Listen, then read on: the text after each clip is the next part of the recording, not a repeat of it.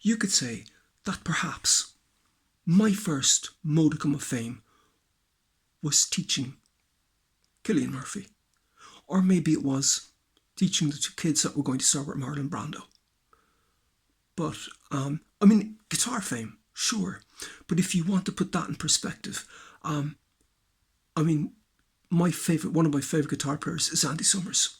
And Andy Summers is worth, I think, somewhere in the region of 6 million. Correct me if I'm wrong. And Cillian Murphy is worth somewhere in the region of 60 million. If he isn't now, he will be soon. And my first modicum of fame was when I was 2 years of age. My mum used to work in a shop. We had a shop. And this guy who was a photographer for the Examiner, the Irish Examiner now, came into the shop and said, my mum's blonde, used to work in the shop, and he went up to my mum and said, do you have a blonde kid around 4? And she said, no, but I've got a blonde kid around 2. And he said, can he talk? Is he communicative? And she said, oh yeah. I'd like to have him in a photo with my daughter. Would you be amenable? And my mum said, yeah, sure.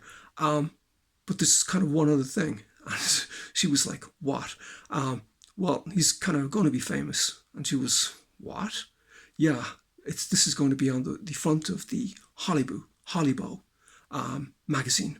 Now, back in the day, we had like one TV channel, which was the main TV channel of the country, and we had one radio station, and we had like 2 newspapers.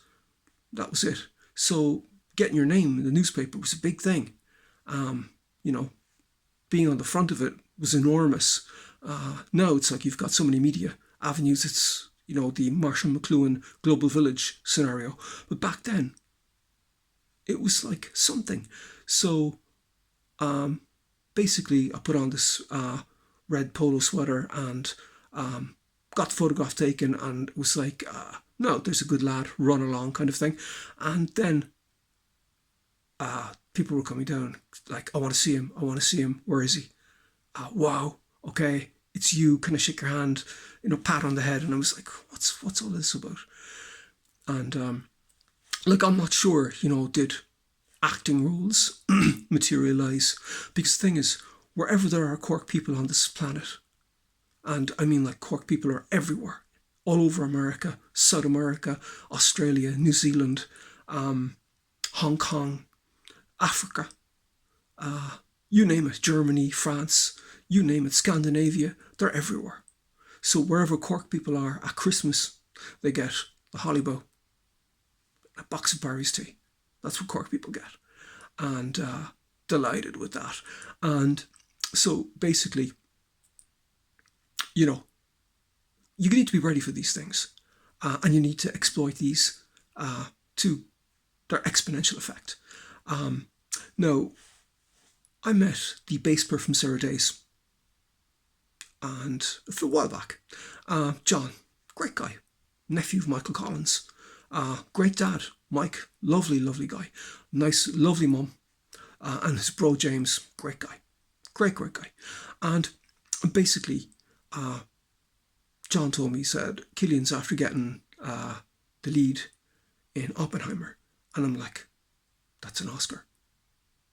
That's a best man. He's got it.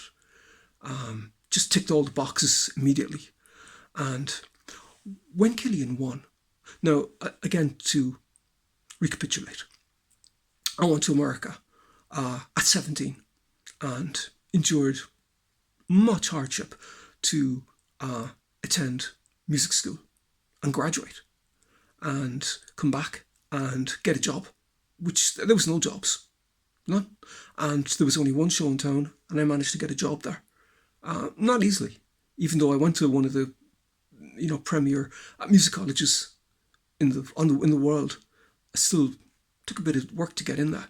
And so when Cillian won the Oscar, and I did play an intrinsic role, I think, in Cillian getting that role in Disco Pigs. with Enda Walsh. I gave him the confidence.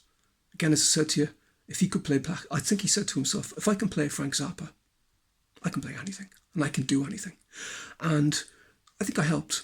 But the thing is, all of these other guys with tenuous links to Cillian, like, I was on the same set as Cillian 25 years ago, or, I was in a rehearsal with Cillian 25 years ago.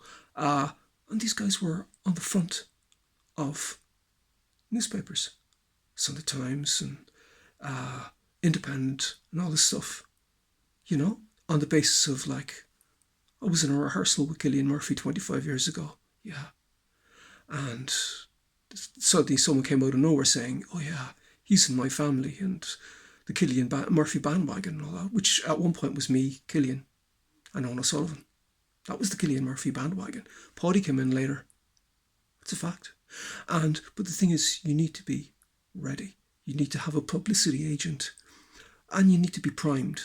You need to, because it is elbows to the front, and if you're sitting down waiting for Cillian Murphy's quirk to come to you, which it didn't, it was all cursory, like the juicy little bits, and everything. And, given the fact that I basically discovered the guy, no big deal. It doesn't bother me. I'm not looking for anything per se. Absolutely not. But, you see all these people, with vague kind of connections, but you don't kind of say, woe upon me. You should have been ready, and you should have an agent, and you should have a publicity agent, and you should be ready to, once that manifests, to take advantage of it. Sometimes honesty doesn't pay off. I've seen it time and time again. Positivity is great, but positivity is an amazing thing. But having an agent and positivity is a much greater thing. Thank you for listening.